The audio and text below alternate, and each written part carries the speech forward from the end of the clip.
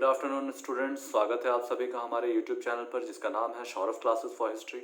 मैं सौरभ आप सभी का अपने इस क्लास में स्वागत करता हूं। आज मैं बीए सेमेस्टर 2 के तीसरे पेपर, जो हमारा इस सेमेस्टर में पहला पेपर होगा, उसके नाम है हिस्ट्री ऑफ इंडिया 2 CC3। इससे आज एक टॉपिक आप लोगों के सामने लेकर आया हूँ। आज हमारे अध्ययन का विषय है मौर्यों का प्रशासन। मौर्यों की प्रशासनिक व्यवस्था प्रारंभ करने से पहले हम आपको बताना चाहेंगे कि मौर्य साम्राज्य की स्थापना चंद्रगुप्त मौर्य द्वारा स्थापित की गई और उसे विष्णुगुप्त चाणक्य का संरक्षण एवं मार्गदर्शन प्राप्त हुआ। उन्हीं के नेतृत्व में जो मौर्यकालीन प्रशासनिक व्यवस्था निर्मित हुई वह आगे अनवरत वैसे ही चलती रही। लेकिन इनकी प्रशासनिक व्यवस्था के विषय में जो हमें जानकारियां मिलती हैं उसके लिए मुख्य रूप से दो ही स्रोत इतिहास में हैं, और वो दो स्रोत कौन से हैं?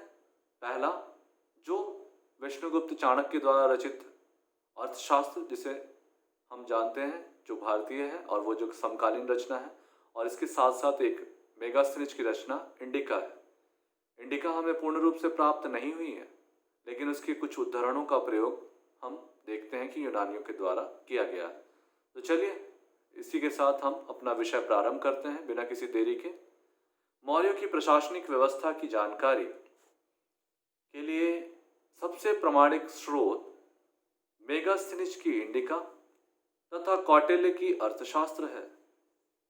इन ग्रंथों से मौर्य प्रशासन की विस्तृत जानकारी प्राप्त होती है। मौर्य प्रशासन पूर्णतः केंद्रीकृत एवं सुदृढ़ नौकरशाही व्यवस्था पर आधारित थी, जो कि मौर्य साम्राज्य का निर्माण शक्ति के बल पर हुआ था। इसलिए शक्ति ही इसके अस्तित्व का आधार थी।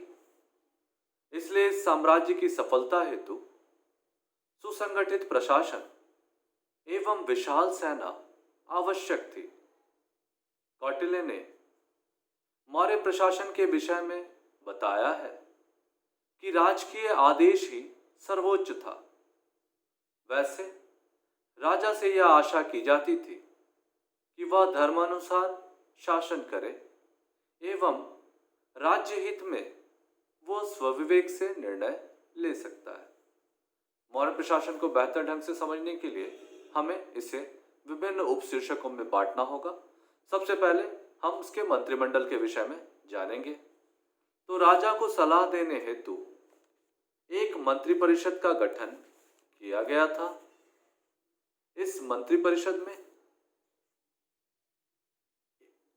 इसके जो मंत्रिपरिषद थे, इसके सदस्यों की संख्या निश्चित नहीं थी।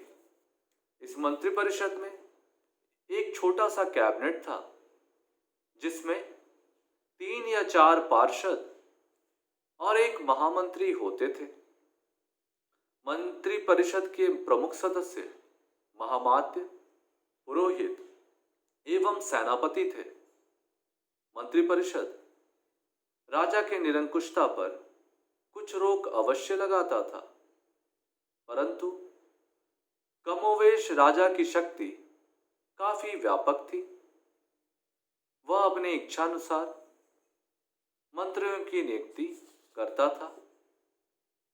मंत्रिपरिषद के प्रमुख सदस्यों, पुरोहित, महामंत्री आदि के वेतन 48,000 पण थे, जबकि साधारण पार्षदों को 12,000 पण मिलते थे। इनके मंत्रिपरिषद को देखने के बाद हम इनकी नौकरशाही व्यवस्था को देखेंगे। तो उच्च पदाधिकारियों में राजस्व अधिकारी, समाहर्ता, कोषाध्यक्ष, सन्निधाता की नियुक्ति की गई थी। इन्हें 24,000 पण मिलते थे। इनकी सहायता के लिए नियुक्त कार्मिकों को 5,000 पण वेतन प्राप्त होते थे। वस्तुतः वेतन संरचना को देखकर यह कहा जा सकता है कि मौर्य नौकरशाही एक क्रमबद्ध सोपान पर आधारित थी। इनकी नियुक्ति किसी प्रतियोगिता परीक्षा के आधार पर नहीं होती थी। कौटिल्य ने उच्च परिवार में जन्म को उच्च पदाधिकारियों के लिए आवश्यक बताया। इन पदाधिकारियों के अतिरिक्त कौटिल्य ने 27 अध्यक्षों की चर्चा की है, जो मुख्यतः आर्थिक क्रियाकलापों से संबंधित थे। इनमें कुछ महत्वपूर्ण थे: लक्षणाध्यक्ष, मुद्राध्यक्ष, पत्तनाध्यक्ष, नवाध्यक्ष आदि। इनकी सैन्य व्यवस्था कैसी थी? तो सैन्य व्यवस्था के संदर्भ में इतिहासकारों के बीच कुछ मतभेद हैं।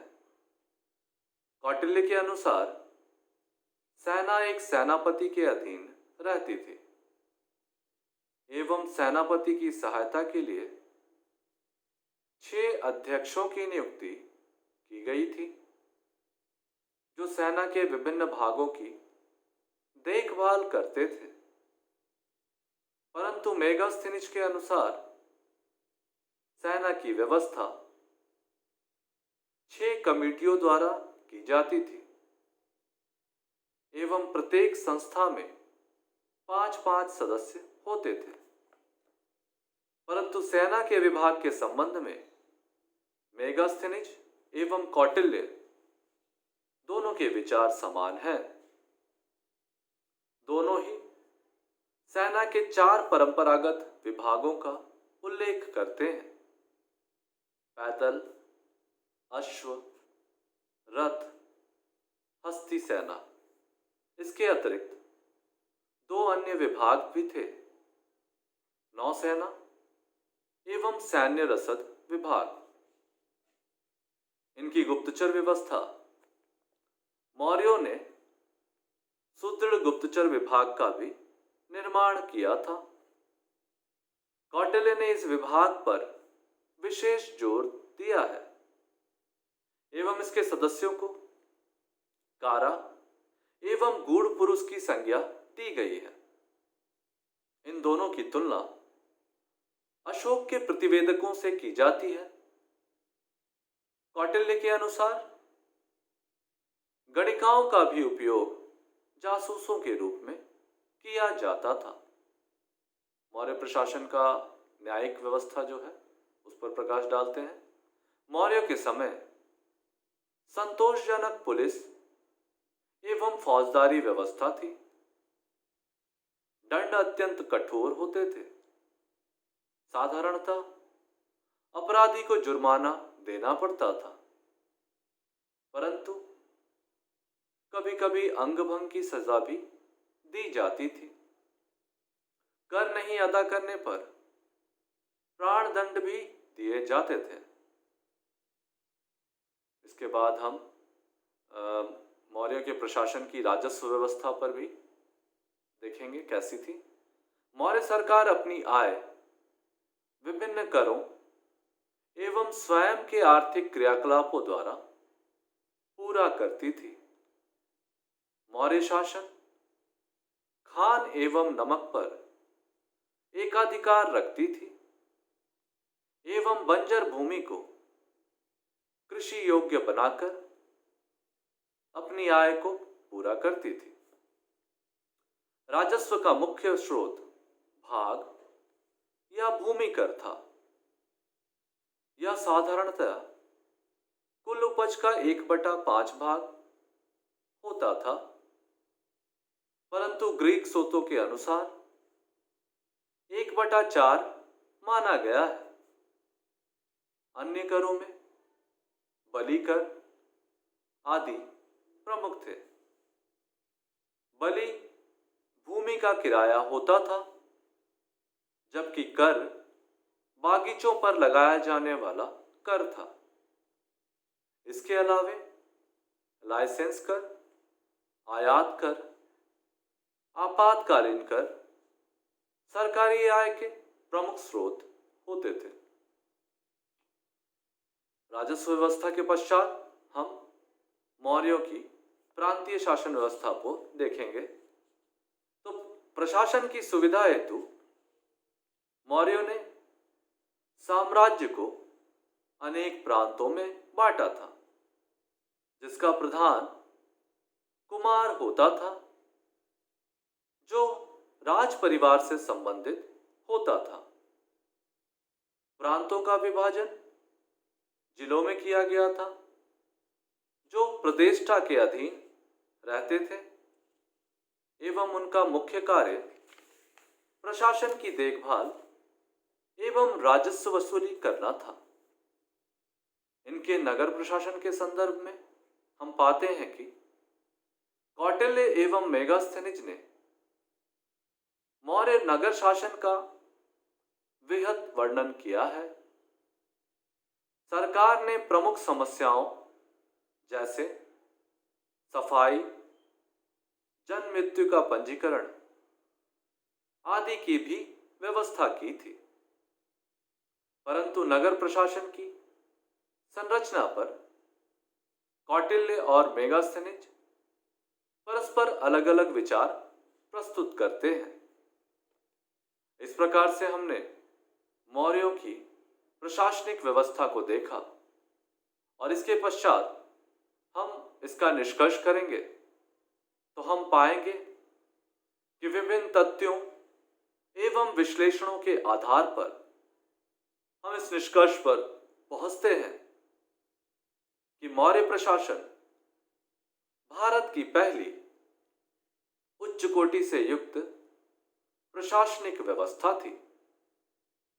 यह पूर्णतः केंद्रीकृत एवं सुसंगठित नौकरशाही से निर्मित व्यवस्था थी, जो साम्राज्य की विशालता एवं आर्थिक आधारों पर नियंत्रण रखने के लिए आवश्यक थी। इसके केंद्रीकृत शासन व्यवस्था के बावजूद हम इसमें विकेंद्रीकरण के लक्षण भी देखते हैं, जैसे कर मुक्त भूमि पुरोहितों एवं बड़े अधिकारियों को अनुदान में दी जाने लगी थी, परंतु उन पर राज्य का कठोर नियंत्रण भी था। वे भूमि बेच नहीं सकते थे। इस तरह से हम पाते हैं कि मौर्यकालीन प्रशासन तत्कालीन समय की सबसे संतुलित एवं सुदृढ़ प्रशासनिक व्यवस्था में से एक थी। तो हमारा विषय यहाँ समाप्त होता है। हम उम्मीद करते हैं कि मौर्य प्रशासन से संबंधित आपकी सारी आशंकाएं मिट गई होंगी और आप इसे बहुत ही आसानी से समझ भी गए होंगे। यदि इससे संबंधित कोई सवाल होगा तो आप हमें अपने सवाल कमेंट में भेज सकते हैं। मैं उनका उत्तर आपको देने का यथाशीघ्र प्रयास करूंगा। तो आज के लिए बस इतना ही। हम अगले क्लास में एक नए विषय के साथ आप सबके सामने फिर से उपस्थित होंगे। तब तक के लिए धन्यवाद।